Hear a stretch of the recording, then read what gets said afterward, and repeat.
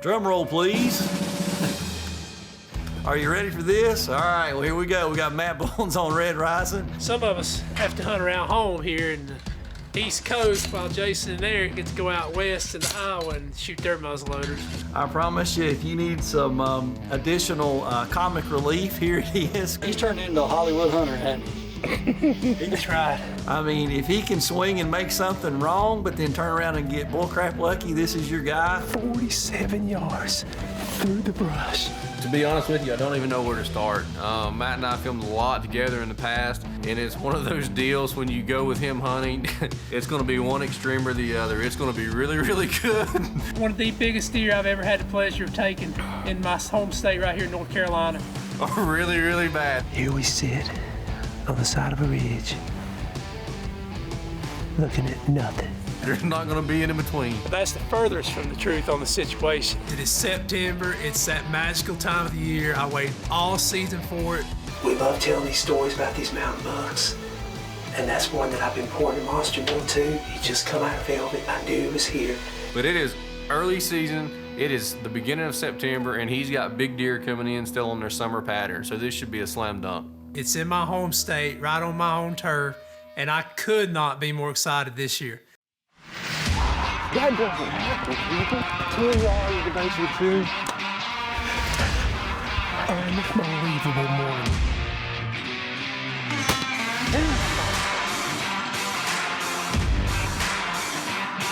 He came up there all the way. That's a big deal, Chris.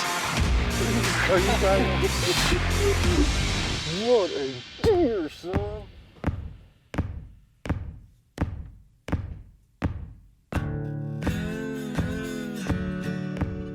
All right, guys. I've got it on my mind, I'm thinking about it. It's almost time to get those Whitetail Institute food plots in the ground. Season opens the second Saturday, typically in North Carolina every year.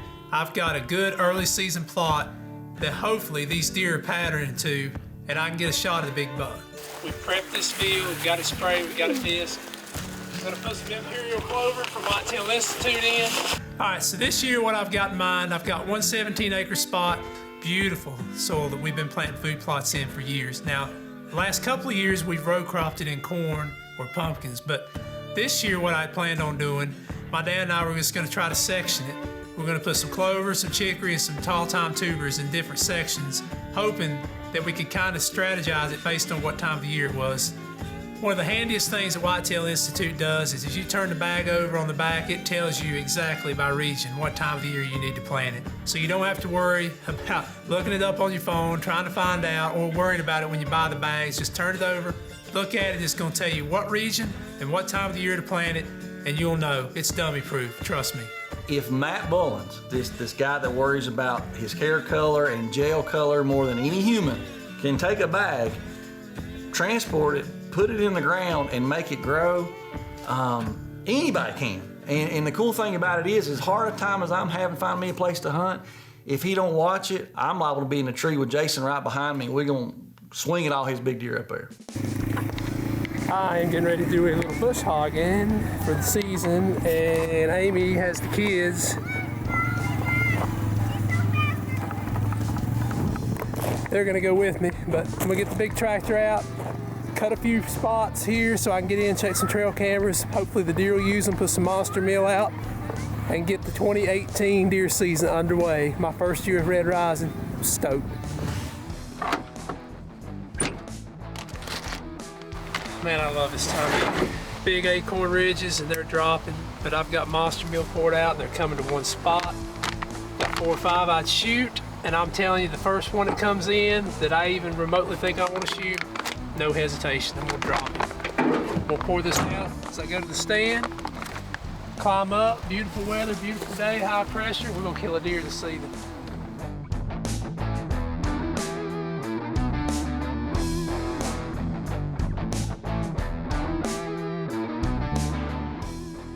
Walking through here is perfect wind. I'm going up on this big ridge. It's quite a walk, but I've got the perfect access in. There's this old roadbed through these pines.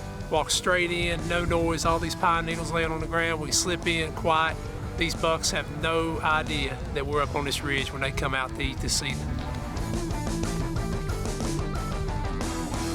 So here we are, opening day rolls in. I'm sitting in an elevated blind. I've got an 18, 19 inch wide, full velvet 8-pointer, beautiful deer, probably a 4 or 5 year old, showing up like clockwork every single afternoon. All of a sudden I catch movement out of the corner of my eye and I look and there he is.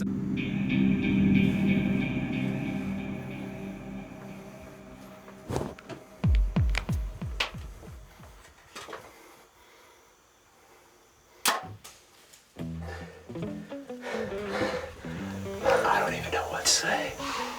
First afternoon, deer blown in northwest North Carolina. I just shot a big one.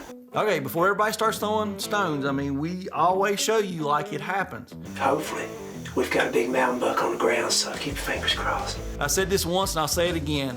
What can go wrong will go wrong. He makes a mistake that I have made probably more than anybody on this show, I promise you. I didn't hold low enough and he dropped when I shot about 8 inches. If you stop a whitetail, it doesn't matter what state you're in, and it's stone cold quiet, not a single bit of noise anywhere, and they hear you, they automatically on an alert. If they hear the sound of your bow and they're, say, at that 30 to 45 yard range, you better hold low, because I promise you, you're either A, gonna miss, or B, you're gonna hit high, and then you're gonna feel like crap. Found my arrow, tracked for a good ways, backed out.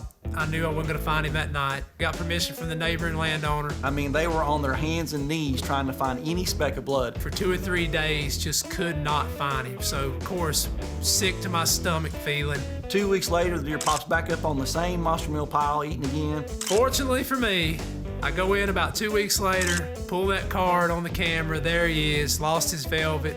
It's a long season, maybe you'll get another crack at him. Make sure you subscribe and like the page. On top of that, make sure you click the little notification bell. That way you'll be one of the first ones to know when a new video drops. Hey guys, be sure to check us out on social media and also on our website. You're going to want to follow along for special exclusive behind the scenes, giveaways, and more about the cast.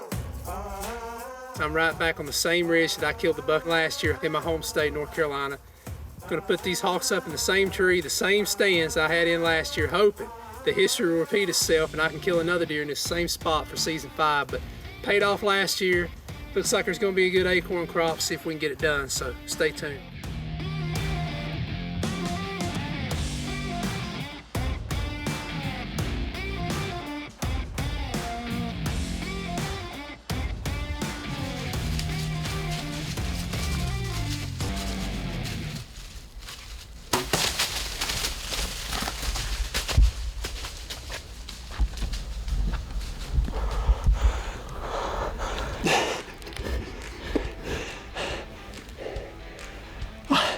There are very few times I'm at a loss for words, but this is one of them. I'm never one to say I made a perfect shot, but I made a real good shot, so I don't think he went too far, so we'll leave him some time, but wow. I want you to take a look at a beautiful, beautiful northwest North Carolina mountain buck. I actually cut my teeth right here on this ridge, and I'm glad I come back to it. My dad keeps saying, you're hunting the wrong places, you're hunting the wrong spots. I was frustrated, beat up, and I just could not see a shooter buck. Went in, put 2 hawks up today, and God blessed us with a beautiful, beautiful North Carolina Tar Heel State whitetail. Unbelievable. So that first week, had one encounter with a pretty good buck.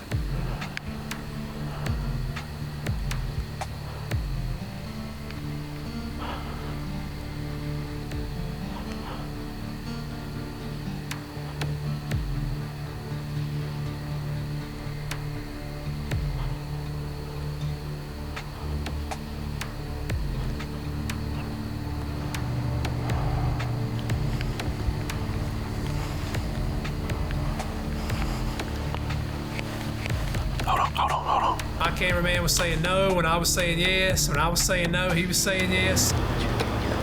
I'm on him.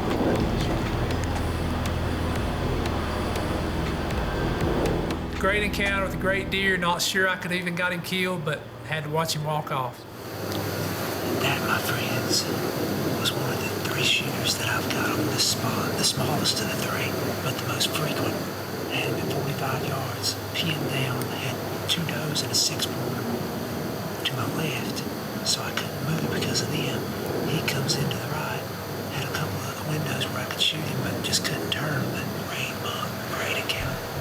Whole week goes by, and I cannot buy a picture of a mature or even a rack buck for the next 7 days. I know what's happened. They do it every year to me, and I panic. You know, here's what's funny about Matt. Every single year, without fail, every single year, he's freaking out, sending me texts. Dude, my season's over. I'm not gonna kill anything this year. And I'm like, dude, it's the second day. Week goes by, I check another trail camera up on one of my big ridges. Boom. I've got 2 or 3 bucks coming in, 2 really nice bucks, and 2 what I'll call good enough bucks that I'm gonna shoot. So I talk Eric Hale, yes, you heard that right, Eric Hale, into actually filming one of us besides himself. That was me. Don't know how I did it. I'm not sure if he felt that bad for me or if he was plotting something else in return. Probably plotting some. He had an angle, I'm sure, but we'll go ahead and say he felt sorry for me.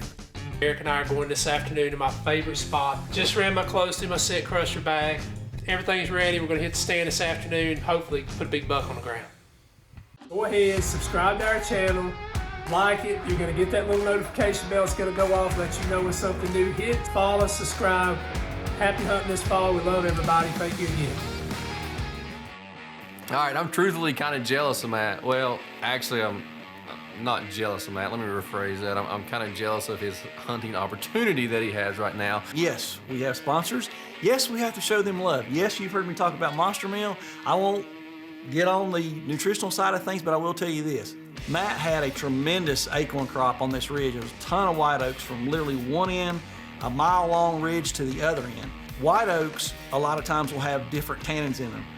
By that I mean they're bitter, so the way they taste. So some are a little bit sweeter than others. Well, it's no different than me and you going to the store. You may want a Snickers and I may want a Twix. You're literally offering them something that they don't have. Every single one of them knew where to get something different, and hey, look at a convenience store. He was a new 7-Eleven in town, and man, they were flat rolling through there. Alright guys, good afternoon. It is the 26th of September. It is actually my little boy Zayden's 4th birthday. He opened his presents this morning. I'm hoping to get mine this afternoon. It'd be a double surprise because he's wanting Daddy to shoot a deer as well, but we've got a front pushing through. We've had a bunch of rain come through, and I'm sitting right up on my best ridge. A bunch of white oaks were right on the side of this ridge, and these deer funnel through here back and forth. Been pouring Monster Meal out all summer. Checked this Browning trail camera twice last week, and there's 4 or 5 different deer coming through here that I'd shoot. My dad checked it 2 days ago. 2 big deer coming here at 6:30. Hoping this afternoon will be magic, and the good Lord will bless us with a big whitetail on the ground.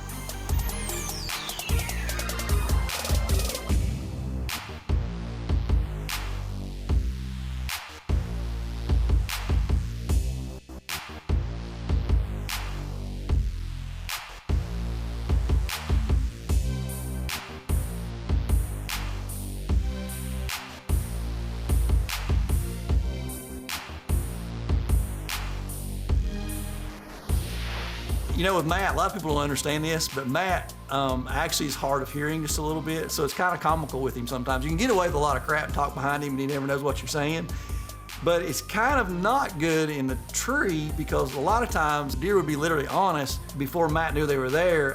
This was the rare occasion Matt taps on me and said, "Here comes a monster." And I mean, he did. It sounded like a freight train. And I turn around and I mean, I'm looking at it and I'm going, all right, there's one nice buck. I'm like going, where's the monster at? And, you know, I have to remember where I grew up at. And I know what Eric's thinking. It's a little bit early. You might want to wait. Might be a bigger one comes in. About that time, I'm at full draw. And he says, "Are you going to shoot?" I'm like, yes, for sure. Trophy is in the eye of the beholder. And I mean, dude, to look down at this cat and watch him starting to lose his junk was hilarious, man. I mean, you thought this was a 190-inch typical 12-pointer walking in.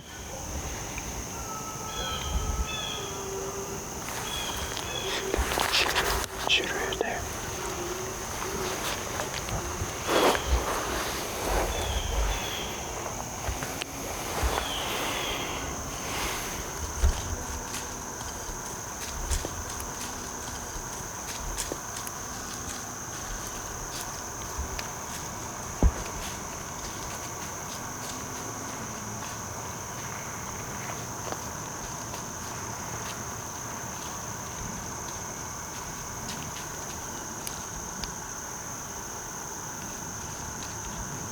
We need you to support us, guys. So go over, hit that subscribe button, hit that like button. And every time we post something, you're going to get that little bell going off, and you're going to know instantly that you can go over and watch it and catch what's going on. Shooter right there.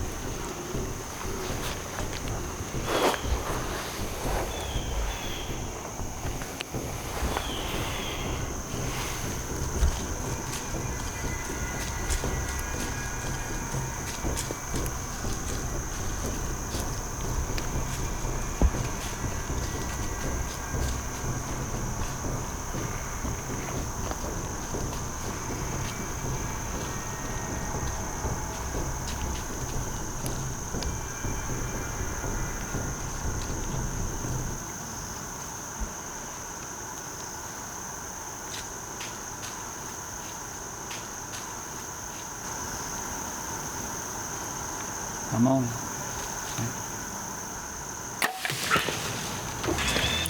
Hit him just a pinch high, but TKO'd him, and I'm telling you what, it was a great afternoon.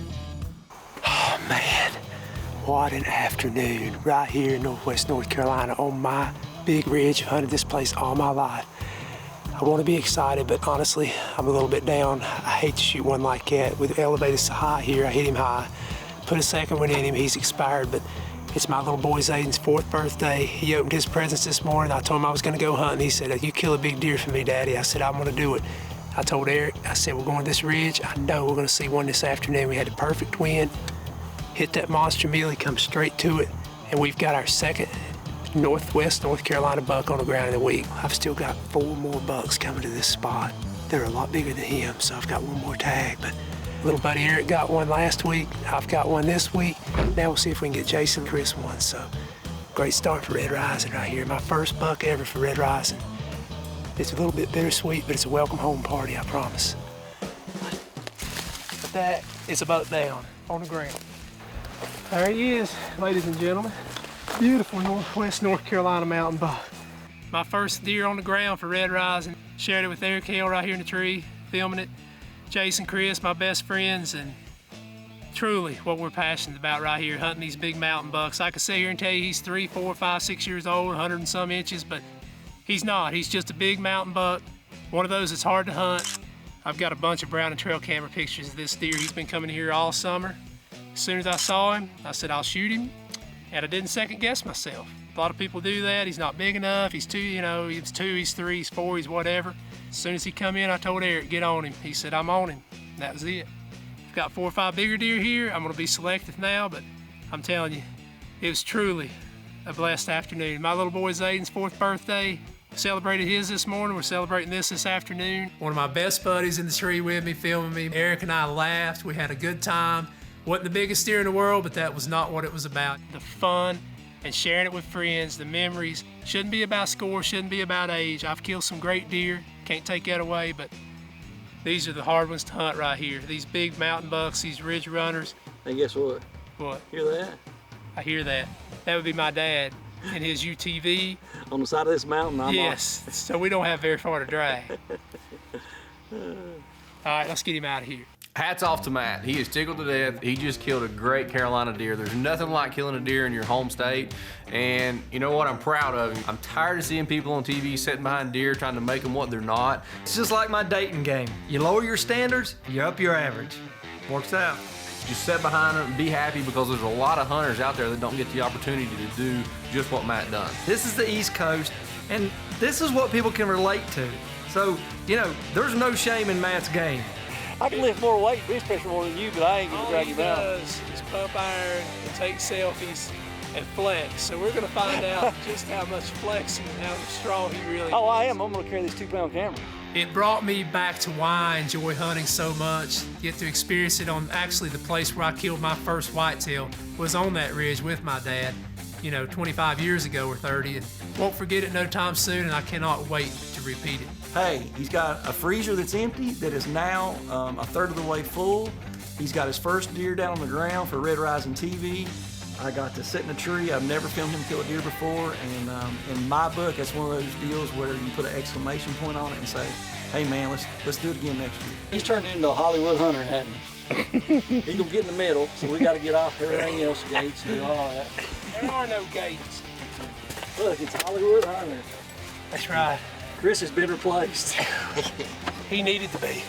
Yeah, he's getting old and, old and worn out. Worn out.